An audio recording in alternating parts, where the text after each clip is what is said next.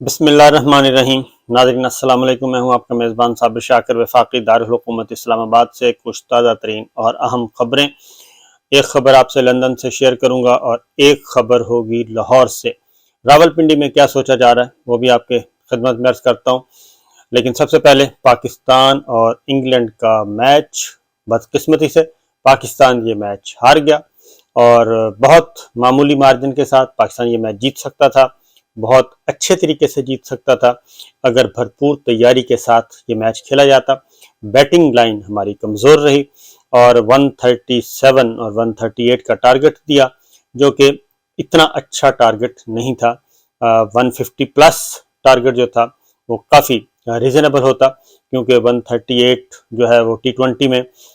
وہ سائیکولوجیکلی بھی وہ اگلی ٹیم جو ہے وہ بڑی مطمئن ہو جاتی ہے، اور جب ٹارگٹ آپ کا بہت مختصر سا ہو۔ اس لیے بالرز ہمارے بہت اچھا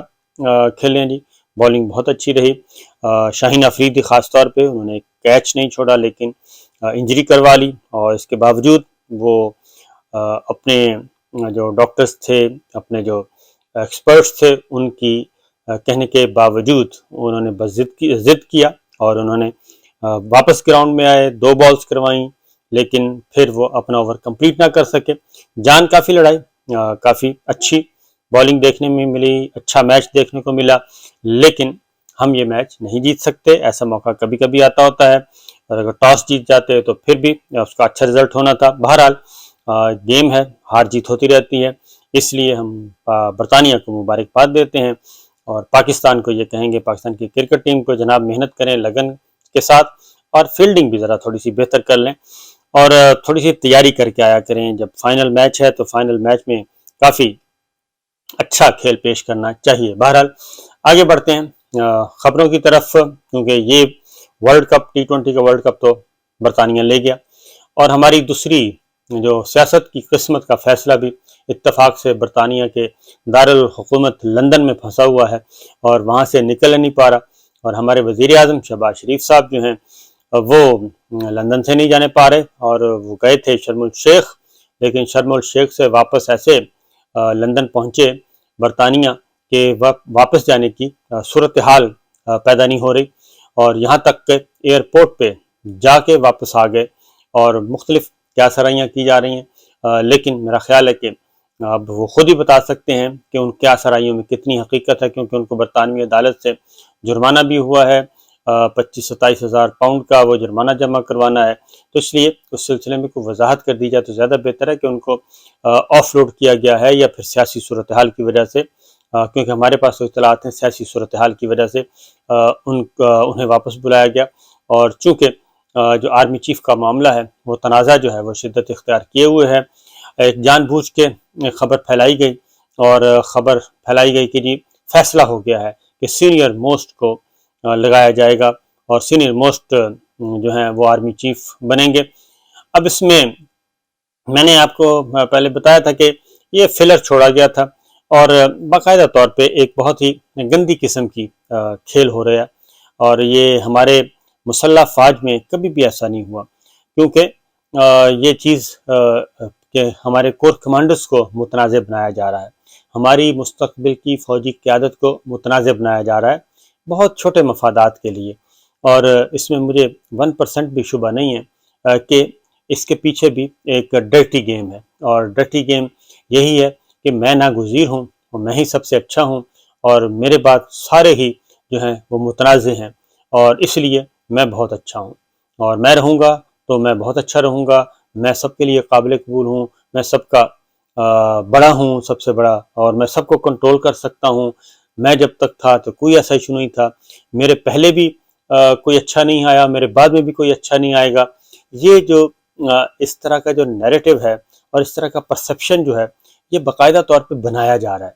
اور اس کی وجہ سے ہمارے بہترین جو کور کمانڈرز ہیں، سب کے سب، میں کسی ایک کو سب کے سب کور کمانڈرز جو ہیں وہ باصلاحیت ہیں اور اپنی اپنی فیلڈ کے ماہر ہیں، اور بڑی محنت سے وہ پہنچے ہیں یہاں تک، اور ان کو متنازع بنا دیا گیا ہے، اور ان کو متنازع باقاعدہ طور پہ ایک پلاننگ کے تحت، اور کسی پہ کوئی سٹگما لگا دیا گیا، کسی پہ کوئی سٹگما لگا دیا گیا، کسی کو کسی کا بنا دیا گیا، کسی کو کسی کو اپنا دیا گیا۔ لیکن افسوسناک بات یہ ہے کہ ISPR جو کہ پاک فوج کے ترجمان کا ایک ادارہ ہے، پاک فوج کے ترجمان کا ادارہ ہے، وہ ایسی کوئی شخصیت پرستی میں الجھا ہوا ہے کہ بجائے اس کے کہ تمام مسلح افواج کے کمانڈرز کا، تمام مسلح افواج کے کمانڈرز کا، جوانوں کا، افسروں کا وہ دفاع کرے، وہ صرف فرد واحد کا دفاع کرنے میں مصروف ہے، اور باقی جس کو مرضی آپ کہہ لیں، جو مرضی گالیاں دے لیں، جو مرضی آپ کمپین چلا لیں، کچھ جوں تک نہیں رینگتی۔ یہ اس وقت کی سچویشن ہے کہ جوں تک نہیں رینگتی، جبکہ ISPR کا مطلب ہے انٹر سروسز پبلک ریلیشنز، تمام مسلح اداروں کا، اس میں پاک فضائیہ بھی آتی ہے، اس میں پاک بحریہ بھی آتی ہے، اس میں ہماری اسٹریٹجک کور بھی آتی ہے، سب کے سب آتے ہیں۔ لیکن مجال ہے کہ یہاں پہ بلکہ یہاں تو کیا کہنا چاہیے جی، آرمی چیف کو گالیاں تک دے دی گئیں، لیکن جب انہی کے ساتھ آپ نے بیٹھ کے سارا کچھ معاملہ طے کر لیے تو پھر پیچھے کیا رہ جاتا ہے۔ اور اس کے بعد تو عاصم سلیم باجوہ صاحب پہ تنقید کی گئی، کوئی مسئلہ نہیں ہے، آصف غفور صاحب کو کوئی برا بھلا کہے، کوئی مسئلہ نہیں ہے، عاصم منیر صاحب کو کوئی برا بھلا کہے، کوئی ایشو نہیں ہے، جنرل فیض کو کوئی برا بھلا کہے، کوئی ایشو نہیں ہے، جنرل عامر کو برا بھلا کہے، کوئی ایشو نہیں ہے۔ تو یہ سارے کے سارے جنرل اظہر عباس، جنرل ساحر شمشاد، جو جس کا دل میں آتا ہے وہ کہہ رہا ہے، لیکن وہ خاموش ہے، وہ کسی کو کوئی جواب نہیں دے رہے۔ ہاں البتہ جب جو پاک فوج سے پیار کرنے والے ہیں، جو پاک فوج کو اپنا ادارہ سمجھتے ہیں، جو اس کے نیچرل الائز ہیں، ان پہ وہ مقدمے پہ مقدمے درج کروا رہے ہیں، مقدمات کی ایک فہرست ہے، لمبی فہرست ہے، وہ یہ سارا کچھ ہو رہا ہے۔ تو یہ ساری چیزیں جو ہیں یہ دیکھنے کے قابل، اسی لیے آج ہم اس نوبت یہ ہماری آ گئی ہے بدقسمت نوبت کہ اس وقت سارا جو وہ ہے، ایسے لوگوں کے ہاتھ میں سب کچھ چلا گیا ہے، ایسے بندروں کے ہاتھ میں اس طرح چلا گیا ہے کہ وہ دوسروں کی بھی گردن کاٹ رہے ہیں، اپنی بھی گردن کاٹ رہے ہیں۔ تو یہ ہے معاملہ جس کی وجہ سے حالات خراب ہوئے ہیں۔ بہرحال وہی بات ہے کہ جو مرضی کہہ لیں آپ، لیکن اس نہج کو پہنچانے والے، اس حالت، یہ جو حالت زار ہے اس وقت ہماری، اس کو پہنچانے والے آپ خود ہی ہیں اور کوئی بھی نہیں ہے۔ اور پہلے دن سے ہی کہتے رہے، اگر ڈرائنگ روم میں بیٹھ کے، بند کمرے میں بیٹھ کے عقل کل بن کے فیصلے نہ کیے جاتے، اور کوئی کلیکٹیو وزڈم استعمال کر لیا جاتا، کوئی اجتماعی شعور بروئے کار لایا جاتا، اور یہ جو کوزے میں وہ کہتے ہیں کہ کوزے میں سارا کچھ ہو رہا تھا اور سمجھا جا رہا تھا کہ کسی کو کچھ پتہ نہیں ہے، جبکہ حالت یہ تھی،